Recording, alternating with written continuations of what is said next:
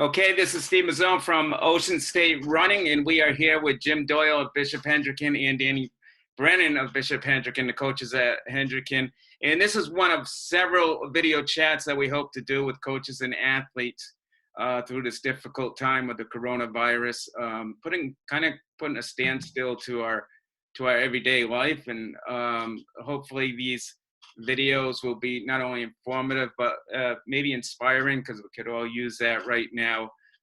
Before I get started, I just want to remind people to listen to these medical experts and what they're telling us about, social distancing, keeping, 6 feet away from people, washing our hands frequently, not touching our face and nose and everything. And if you're sick, trying to stay away from people, because the more we pay attention to these medical experts, the quicker this thing will end, hopefully. But guys, thanks again for joining me here today. I want to get started with the timing of this coronavirus and what it's done. Any time is not a good time, but it did happen at an unfortunate time for our athletes, happening the week of the New Balance Nationals, which eventually got canceled. Guys, how difficult was that for you guys, for your athletes? Because you guys had quite a few guys that were going to be down there, a strong 4x-mile team, and several other athletes individually that were going to be competing. But, talk about that, how difficult that was coming at the time it did. Jim, you awake? All right. It looks like we lost Coach Doyle. So I don't know what happened there, but maybe he fell asleep. But yeah, it was very tough. Actually, even before the meet was canceled, our school wasn't even going to allow us to go as a team. So that was very difficult when we had to talk to our guys and let them know that they weren't going to be allowed. That was very difficult at first. And then eventually when the meet got canceled as well, it was a bitter pill for them to swallow. Like you said, we had a 4x-mile team. There was an emerging elite, 4x4. Luke Hensler was in the championship 2-mile. Jake Picard and John Fay were in the championship weight throw. And Dante Cowett was in the emerging elite shot put. So that was very difficult for those guys to hear because so many of them have worked 3 and 4 years even to get that qualifying mark to get into the meet, by itself, and then to have that kind of taken away from them, that really was tough for them to hear. So it was difficult. I think the fact that the whole meet itself got canceled, was a little bit easier for them after they knew that we couldn't go as a team. But it was definitely not what we wanted to hear. And I was talking to Jim earlier today, and he's saying your athletes really responded during this difficult time. I know you guys can't be out there actually coaching them, but they're all staying motivated and still out there training and letting you guys know. Yeah. There's a group of distance runners. A lot of the guys, that they've done cross country that knew that they had to train a lot on their own during the summer. So a lot of the guys, once we knew school was canceled and once they were home, it was almost like they could kind of take that summer mindset where they, started running on their own and, maybe meeting up early on in small groups. And now it's just pretty much trying to enforce the code of, social distancing and no large groups and 6 feet away from each other.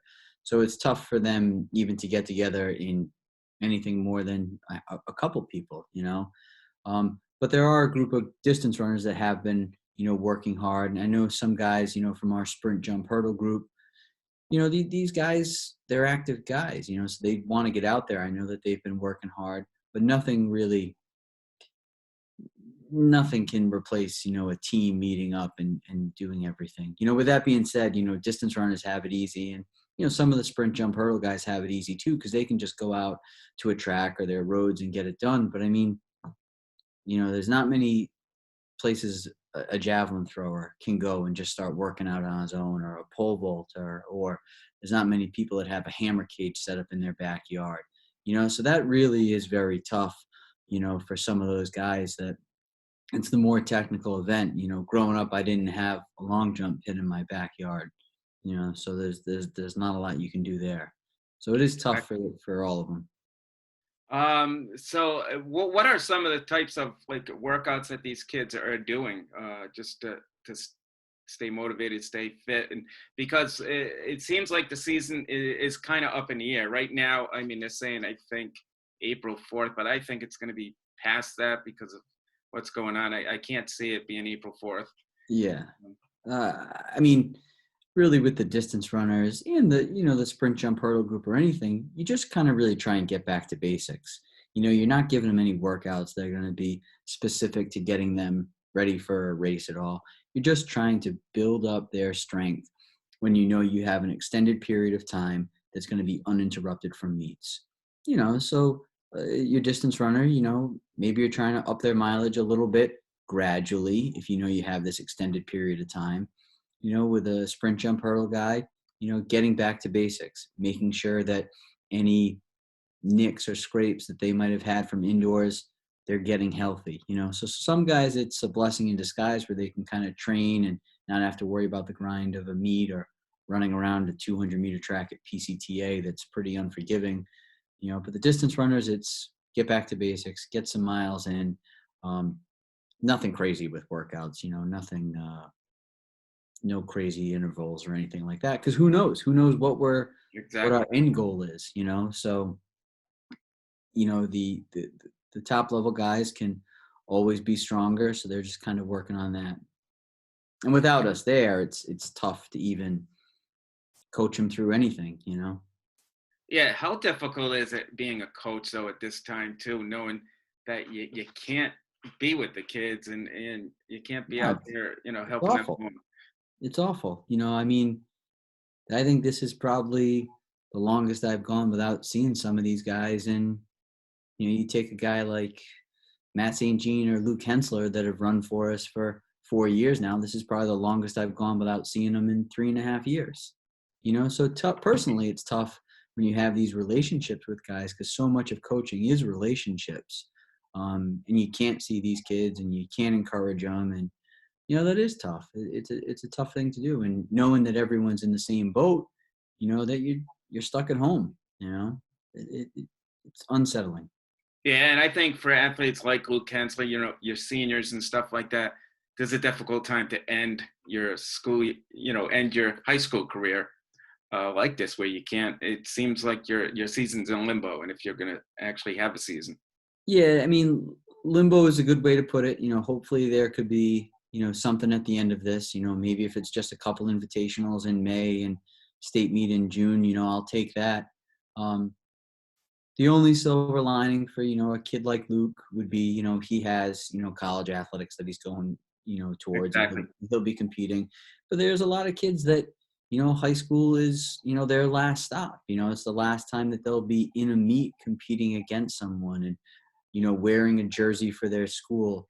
And so much of what we preach as a program is team and how you can help the team, that is tough for a lot of kids. It's tough to know that, that they're not going to have a chance to help out a team win a dual meet or, be on a relay for an invitational or score somewhere, so for those guys that aren't competing on the next level, that's especially tough. And I know, Dan, you've been at this for a while. What's some advice that you could give to the athletes out there during this time when, like I said, the season's in limbo and we're going through a very difficult time where they're probably, a little nervous, a little stressful, a little stressed?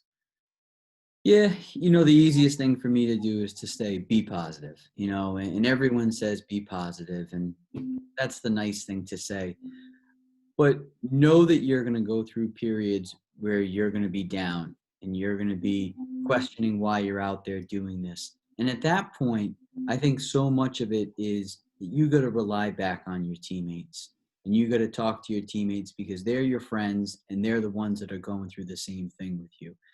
Coach Doyle and myself, we can talk to them, whenever they want, but I mean, knowing and hearing it from someone that's your same age and someone that has gone through the same stuff as you, that's the most important. So be positive. And in those times of doubt and in those times of frustration, I think relying on your teammates is going to be the best bet to go with.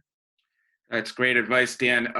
But listen, I appreciate you taking the time to talk with us on this. And hopefully, we can inspire some people out there, because we all know they need this at this time. But Dan, I appreciate you taking the time, and good luck out there. No problem. Thanks a million, Steve. Take Thanks. care.